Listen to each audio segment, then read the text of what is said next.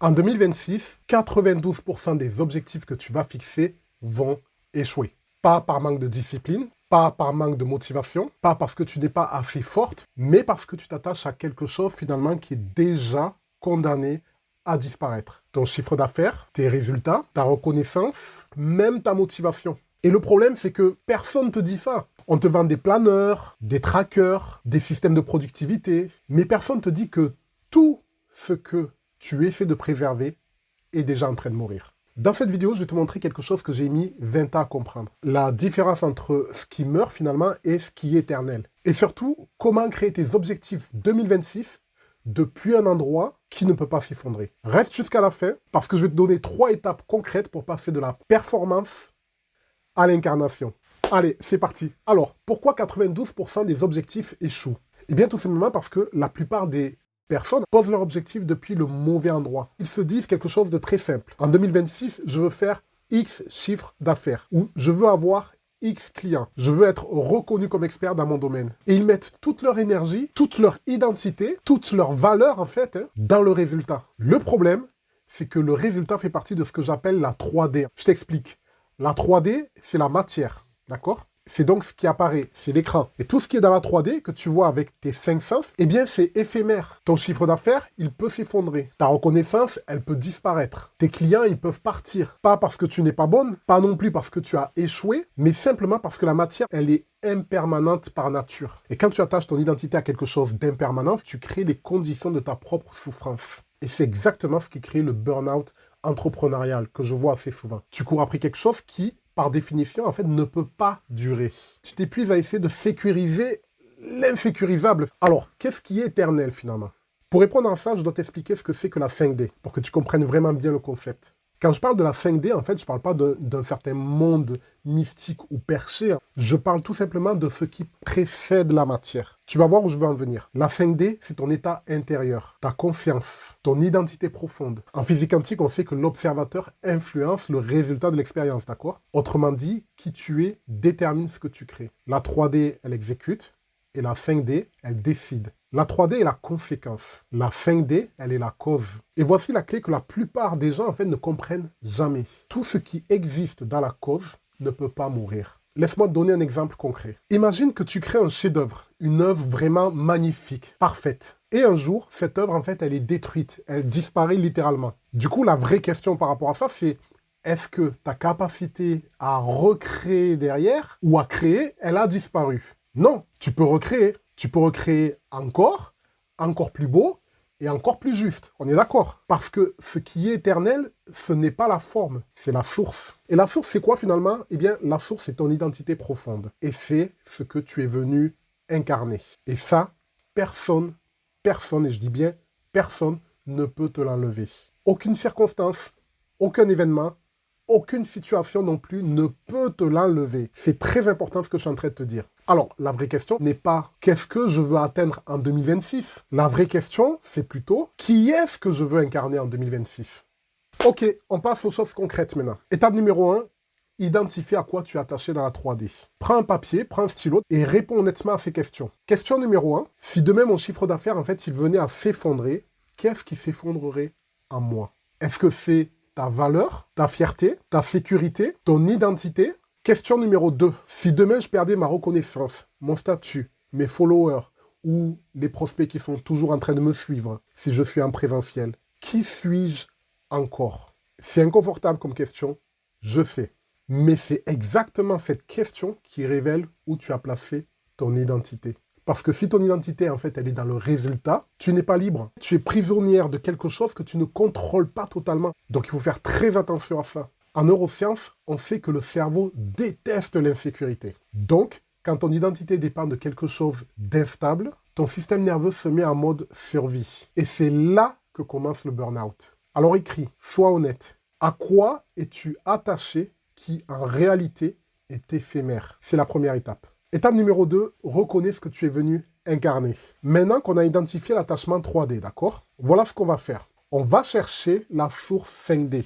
Et la source, c'est simple en fait. C'est ce qui reste quand tout le reste disparaît. Tout simplement. Alors, je vais te poser une question différente. Si tu retirais tous tes résultats, toutes tes réussites, tous tes diplômes, tous tes titres, toute ta reconnaissance, qu'est-ce qui reste? Qu'est-ce qu'il te reste? Qu'est-ce qui est là, profondément, et que personne ne peut t'enlever, selon toi?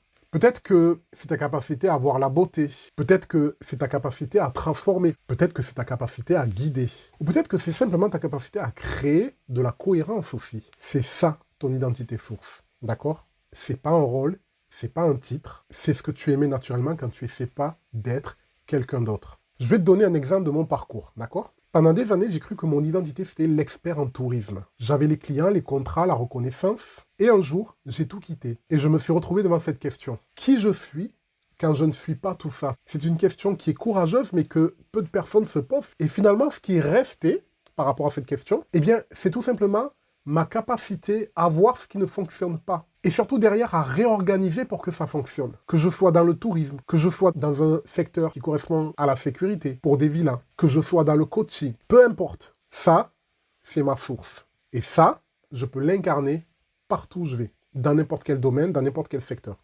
Alors, demande-toi, qu'est-ce que j'incarne, peu importe le contexte. Écris-le clairement, d'accord? Pourquoi on fait ça? C'est parce que c'est depuis cet endroit-là, en fait, que tu dois créer tes objectifs 2026, et pas autre chose que tu ne maîtrises pas. Étape numéro 3, crée tes objectifs depuis ton identité source et non pas depuis ton mental. Maintenant qu'on a identifié l'attachement 3D, c'est-à-dire ce à quoi tu as accroché, la source 5D, c'est-à-dire ce que tu incarnes réellement, on va faire quelque chose de radicalement différent. On va inverser la logique. Au lieu de te demander qu'est-ce que je veux atteindre, tu vas te demander qu'est-ce que je veux devenir. Et ensuite, quel résultat naturel découle de cette identité.